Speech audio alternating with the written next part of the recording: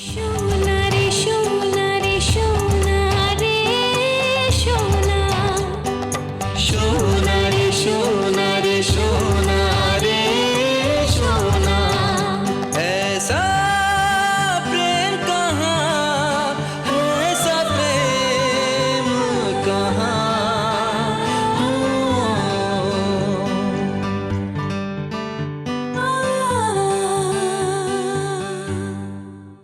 मुझे बचाया किसने? मैंने। मुझे क्यों बचाया? रमेश कहाँ है? सर वो अभी तक आया नहीं। कोई फोन वगैरह? नहीं सर, कुछ भी नहीं। ना लापरवाह आदमी मैंने अपनी जिंदगी में नहीं देखा। कैसे हो बेटे तुम? जिसकी माँ इतनी मेहरबान हो, उस बेटे को आखिर क्या हो सकता है? क्या तुम्हें भी ऐसे सपने आते हैं? नहीं, लेकिन जो जिंदगी मैं जी रही हूँ वो किसी भयानक सपने से कम नहीं है। इतनी रात हो गई, डॉक्टर बाबू अभी तक घर नहीं आए। हाँ, इतनी रात तक तो वो कभी बाहर नहीं रहे, फिर आज ही क्यों? मर्दों को ये एहसास क्यों नहीं होता कि घर पर कोई उनकी चिंता करने वाला है? सारे मर्द एक जैसे होते हैं। डॉक्टर बाबू ऐसे नहीं हैं, वो बहुत अच्छे हैं। तुम बहुत भाग्यशाली हो जो तुम्हारा ऐसे इंसान से सामना हुआ जिन्हें तुम अच्छा इंसान कह सकती हो।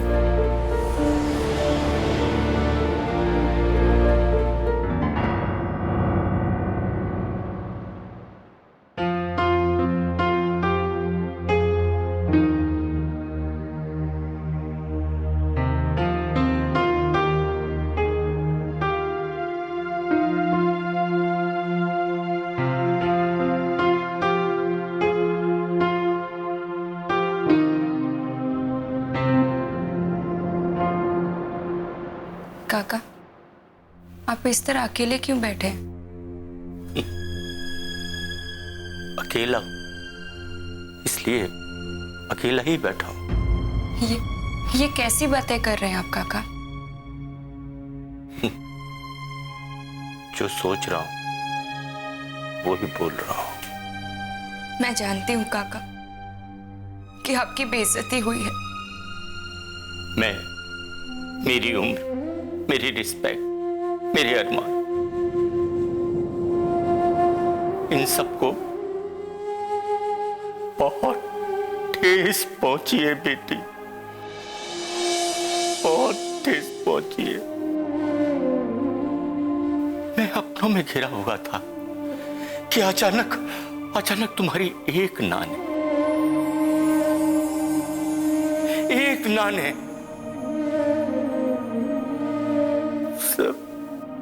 सब कुछ बदल दी, सब कुछ बदल दी।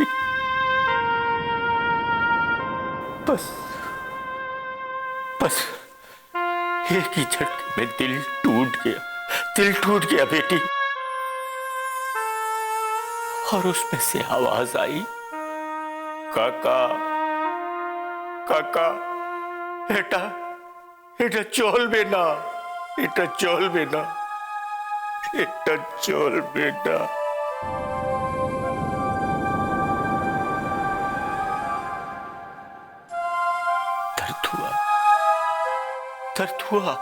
दर्द हुआ है, लेकिन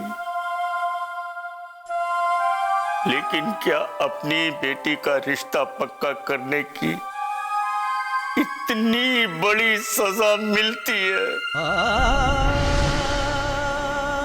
इतनी बड़ी सजा नहीं। ऐसा मत कहिए काका, मैंने ऐसा कभी नहीं सोचा और नहीं चाहा। आपको पता है, हम दोनों में एक बात कॉमन है। हम दोनों प्यार के हाथों मजबूर हैं। वही प्यार हमारी मजबूरी बन गया, हमारी कमजोरी बन गया, हमारा दर्द बन गया। और जो हमदर्द है, दर्द उसी के हिस्से में आ गया।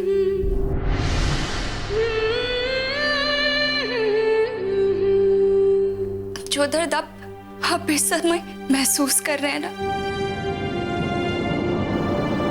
दर्द मुझे भी कुछ कम नहीं हुए।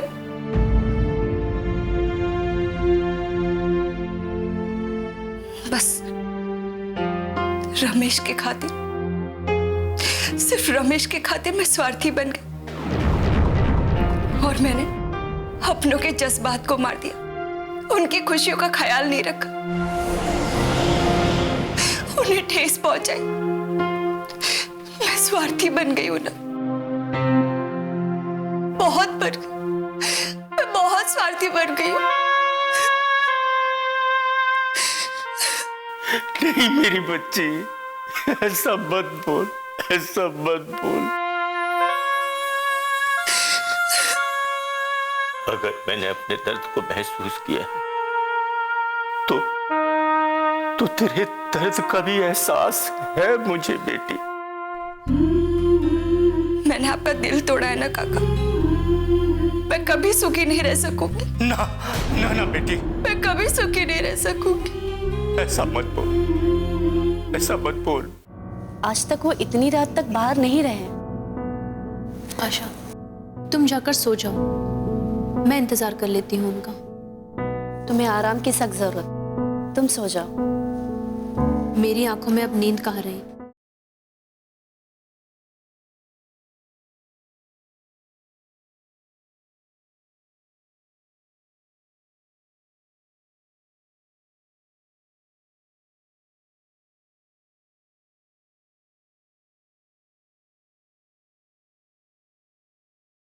ऐसा प्रेम कहाँ।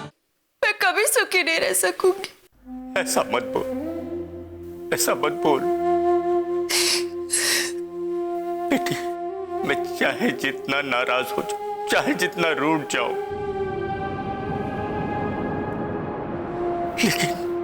लेकिन मेरा आशीर्वाद, मेरी शुभकामनाएं हमेशा तेरे साथ रहेंगी, तेरे साथ रहेंगी बेटा। वो अलग बात है कि मुझे दर्द हुआ था, बहुत हुआ था बेटा, लेकिन मुझसे रहा नहीं गया, तो मैंने तुझसे कह दिया। दिल हल्का हो गया, बहुत हल्का हो गया। बस तू ये मत सोचना कि काका का दिल दुखाकर तू दुखी रहेगी। नहीं बेटा, तुझे तो दुनिया भर की खुशियां मिलेंगी,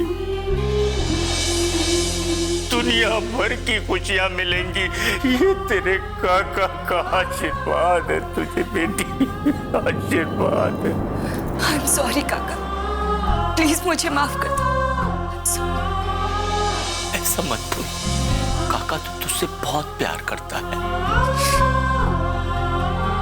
वो कहावत नहीं सुनी, क्षमा बड़न को चाहिए, छोटन के उत्पात। अरे मैं तुझसे कब नाराज हो सकता हूँ बेटा, कैसे हो सकता हूँ? मैं हो ही नहीं सकता। मैं तो तेरा काका हूं ना, काका।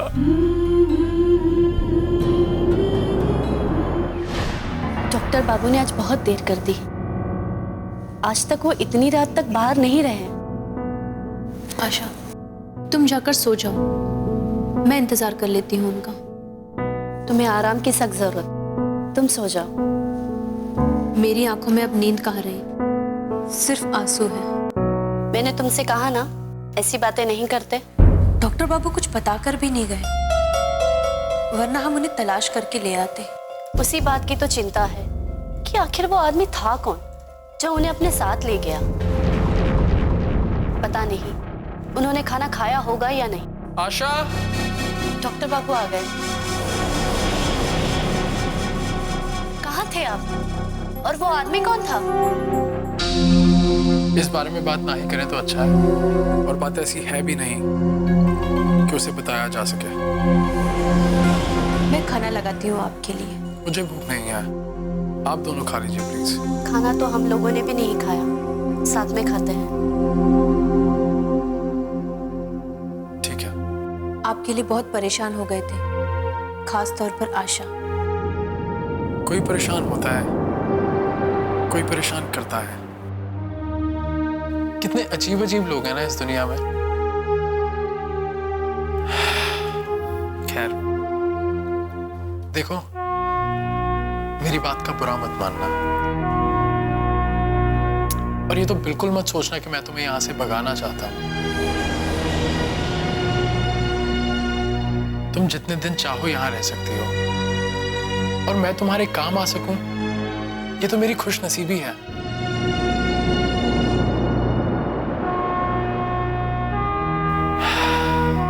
लेकिन जब कोई एकदम से कहीं चला जाता है ना, तो किसी की परेशानी, किसी की तकलीफ बहुत ज्यादा बढ़ जाती है।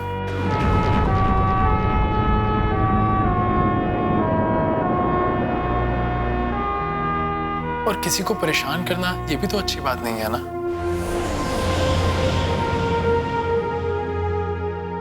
इसलिए मुझे लगता है कि तुम्हें अपने घर लौट जाना चाहिए।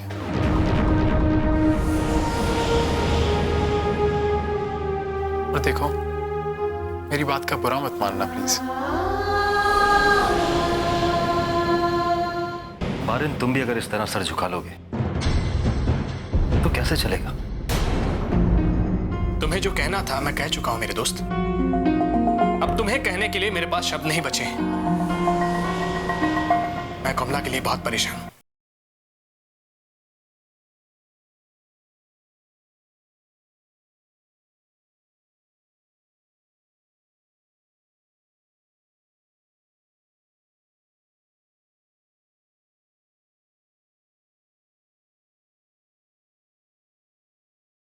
ऐसा प्रेम कहाँ।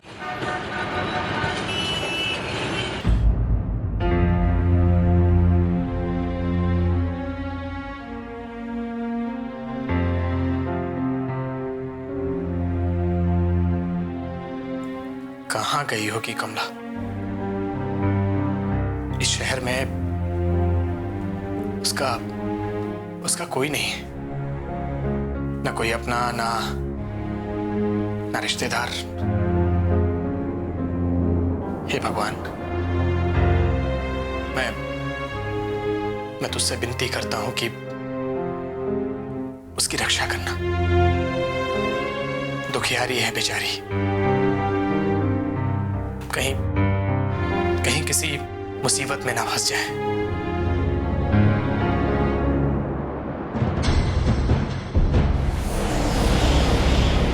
बारिन, तुम भी अगर इस तरह सर झुका लोगे तो कैसे चलेगा? तुम्हें जो कहना था मैं कह चुका हूं मेरे दोस्त। अब तुम्हें कहने के लिए मेरे पास शब्द नहीं बचे। मैं कमला के लिए बहुत परेशान हूं। यार, तुम्हें क्या कम परेशान हो उसके लिए? हाँ, ये भी तो सोचो रमेश, ये परेशानी तुम्हारी खुद की लाई हुई है। इसके जिम्मेदार सिर्फ और सिर्फ तुम हो। झूठ के सहारे कमला के साथ जिंदगी तुम गुजार रहे हो, और गुस्सा भी तुम ही हो रहे हो। नाराज तुम होते हो, उखड़े उखड़े से तुम होते हो उसके साथ। और वो घर छोड़कर नहीं जाती तो क्या करती रमेश? रमेश, तुमने उसको किसी लायक नहीं छोड़ा। रमेश, उसके दर्द, उसकी तकलीफ, उसकी परेशानी की वजह तुम हो, सिर्फ तुम। बारिन, मैं मानता हूं कि उसकी परेशानी की सबसे बड़ी वजह मैं हूं। अगर मैंने उसे सच नहीं बताया है तो उसके भले के लिए। तुमने कभी सोचा है उसको जिस दिन ये पता चलेगा कि वो एक गैर मर्द के साथ एक ही छत के नीचे रह रही है, वो भी उसे अपना पति मानकर, तो क्या बीतेगी उस पर? लेकिन आज जो हालात पैदा हुए ना रमेश, उससे तो बेहतर होता कि अगर तुम कमला को सच बता देते। दोनों के दिल का बोझ हल्का हो जाता, और तुम हेम के सामने सर उठा के जा सकते थे। और तुम्हें हेम का सामना करने में भी शर्म नहीं आती, और हर कोई अपनी जगह खुश रहता। लेकिन कमला के मिल जाने के बाद भी ये सिलसिला यूं ही चलता रहेगा रमेश। और ये तूफान तब तक नहीं थमेगा जब तक सच सामने नहीं आ जाता। और उससे पहले किसी भी प्रकार के परिवर्तन की उम्मीद मत रखना मेरे दोस्त। रही बात मेरी, तो दोस्त कहा है तुम्हें मेरे यार? तुम्हारे और कमला के लिए इतना तकलीफ तो बर्दाश्त करना ही होगा, और मेरे पास कोई चारा भी तो नहीं है। लेकिन एक बात हो सकती है कि मैं तुम्हें अपना दोस्त मानने से इनकार कर दूं, तब जाके मेरे दिल को सुकून मिलेगा।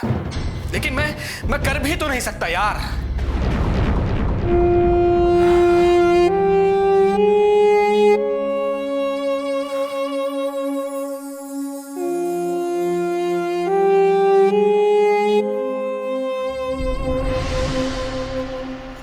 दीदी आपके लिए कोई चिट्ठी देकर गया है। चिट्ठी? कौन देकर गया? पता नहीं, बस वो इतना ही कह रहा था कि अपने मैडम को दे देना। ठीक है, तुम जाओ।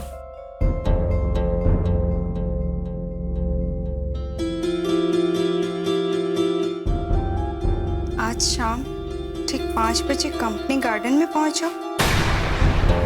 कौन हो सकता है ये?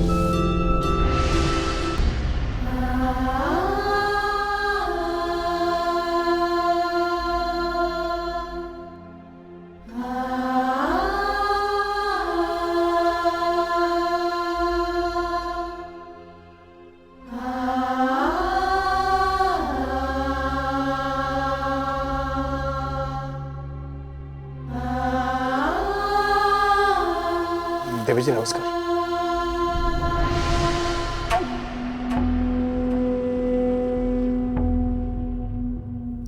काम हो गया? जी हाँ, हो गया। लेकिन देवी जी, मेरी समझ में ये नहीं आ रहा है कि आपने अचानक से ये फैसला कैसे ले लिया? क्योंकि हमारे पास पहले भी वक्त नहीं था और अब भी नहीं है। आज हम 2 लक्ष्य के साथ जी रहे हैं, एक आनंदों से बदला लेने के लिए, दूसरा अपने बेटे की घर में वापसी के लिए। और इसीलिए हमने ये कदम उठाया है। हम दोनों काम बहुत अच्छी तरह से करना चाहते हैं। तुम जो काम करके आए हो ना, इसमें हमारी कामयाबी है। देवी जी, मैंने आपकी आंखों में आंसू देखे हैं, और हमारे आंसू हमारी कमजोरी नहीं है उमाकांत। और तुम इन्हें हमारी कमजोरी समझने की भूल मत करना। तुम्हारा काम है हमारे आदेशों का पालन करना, हमारा हुक्म मानना। हमारे दुख, दर्द, तकलीफ से तुम्हें कोई मतलब नहीं होना चाहिए, समझे? सॉरी देवी जी। जा सकते हो तुम।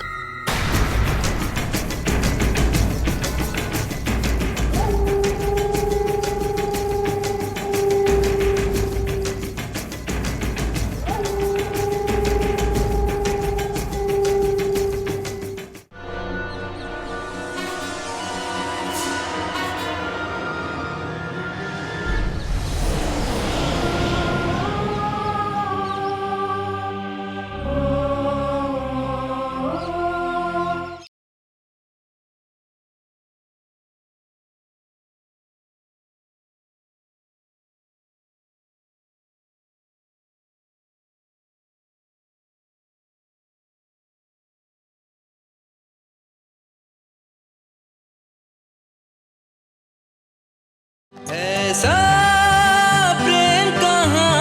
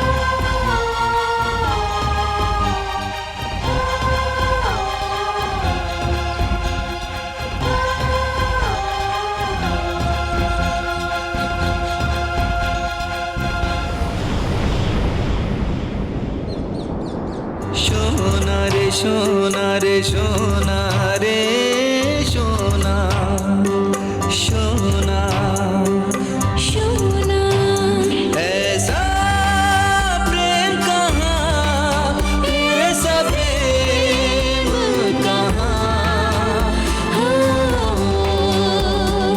सोना रे सोना रे सोना रे सोना सोना रे सोना रे सोना रे सोना ऐसा प्रेम कहाँ ऐसा प्रेम कहाँ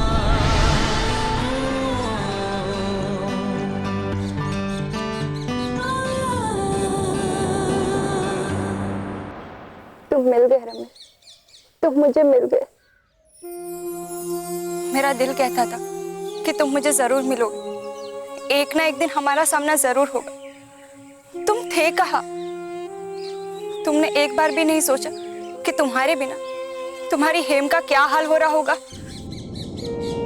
पता है लोग कैसी कैसी बातें कर रहे थे तुम्हारे बारे में। मेरी शादी भी तय हो गई है, मगर ये सारी बातों को मैंने कैसे बर्दाश्त किया ये मेरा मन जानता है। मगर अब उन लोगों को जवाब मिल गया है। जो लोग मेरे रमेश को बेवफा कहते थे उन लोगों को अपना जवाब मिल गया। अब मैं गर्व से कह सकती हूँ कि ये है मेरा रमेश। चलो रमेश। कहाँ? मेरे घर, और कहाँ? देखना बाबा तुम्हें देखेंगे ना वो बहुत खुश हो जाएंगे, और काका भी तुम्हें देखकर खुश हो जाएंगे। चलो। हेम, तुम अभी जाओ, मैं बाद में नहीं रमेश, अभी चलो। मैं कुछ सुनना नहीं चाहती, मैं इस खुशी को अभी बल्कि इसी समय सबके साथ शेयर करना चाहती हूँ। चलो तुम। लेकिन इस समय मैं कुछ नहीं जानती, बाबा को क्या जवाब दूंगी मैं? अगर बाबा को जाकर मैंने ये कह दिया कि रमेश मुझे मिल गया तो कौन मेरी बात का यकीन करेगा? वो लोग तो यही कहेंगे कि हेम ये सब सिर्फ अपना ब्याह टालने के लिए कर रही है। मैं साबित कर देना चाहती हूँ कि हम दोनों एक दूसरे से कितना प्यार करते हैं। चलो मेरे साथ आओ। आपने और डॉक्टर बाबू ने मुझ में जीने की उमंग पैदा की, जो जज्बा मुझ में जगाया, कम से कम उसकी तो लाज रखनी होगी ना। मैंने अपना इरादा तो बदल दिया है, मगर मैं अब उस घर में नहीं जाना चाहती। ऐसी क्या बात हो गई जो तुम उस घर में जाना नहीं चाहती? कोई अपने पति से इतना नाराज कैसे हो सकता है?